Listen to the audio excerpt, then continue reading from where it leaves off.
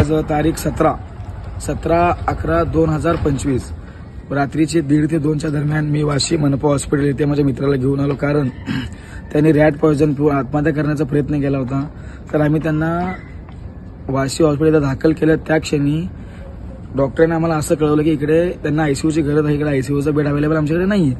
आम्ही त्यांना म्हणलं की सर काय पण करा, प्रयत्न करा. ते बोलले की एक काम करा, तुम्ही सीएम सरांना भेटा. आम्ही त्यांच्याकडे गेलो, सीएम सरांना मी आवाज दिला, ते तिकडे दाखल नव्हते.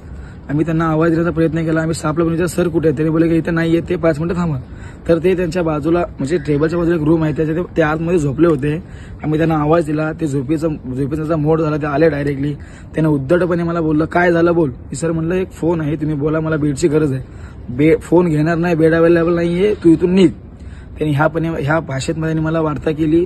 लगेच मी आमचे जे सर आहेत सिद्धाराम शिलवंतजी, म्हणजे शिवसेना उपशहर प्रमुख सिद्धाराम शिलवंतजी, त्यांना मी फोन केला. त्यांनी सांगितलं की सर असं इथे घडलेलं आहे प्रकरण. ते मला वाटतं काही ते 10 ते 15 मिनिटांमध्ये ते आले. जसे की आपले त्यांच्यासोबत आले होते महेशजी खोटेवाले सर, सिद्धाराम शिलवंत सर, हे आले. त्यांनी त्यांच्याशी वार्ता केली. तर त्यांनी डॉक्टरांनी विखे पाटील साहेबांनी त्यांच्याशी पण उद्धटपणे वार्ता केली की तुम्ही कोण, तुमचा काय संबंध, आमच्याकडे बेड अवेलेबल नाही, आम्ही देणार नाही, काय करायचं करून घ्या. आपण बोललो. तिथे शासकीय प्रशासनाचे अधिकारी होते, त्यांचा स्टाफ होता, तिथले वार्डातले ते सर्वजण होते. त्यांना तुम्ही विचारू शकता सर.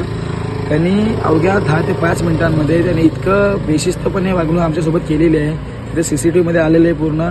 परत ना सर आमचे जे आले होते लोकप्रतिनिधी महेशजी खोटेवाले व सिद्धाराम शिलवंतजी, त्यांनी फोन केला राजेश म्हात्रे सरांना, जे इथले आता सध्याचे आरएमओ वगैरे आहेत, त्यांना फोन केला. त्यांनी बेड अवेलेबल करून त्यांची विनंती केली. त्यांचा फोन सीएमओ सरांना आला. 5 मिनिटांमध्ये त्यांनी बेड अवेलेबल केलं. आमच्या पेशंटला तिकडे दाखल केलं, ट्रीटमेंट चालू केली. सर मला इतकंच म्हणायचं आहे, जर आम्ही सामान्य नागरिक येतो, आम्हाला बेड अवेलेबल नाहीये, जर कुठला लोकप्रतिनिधी आला त्यांना तुम्ही बेड अवेलेबल करून देता, म्हणजे आमचं काय जीवन नाहीये का, त्यांचं जीवन आहे का, म्हणजे आम्ही जगायचं की नाही जगायचं.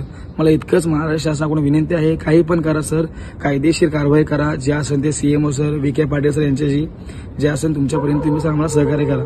धन्यवाद. जय हिंद, जय महाराष्ट्र.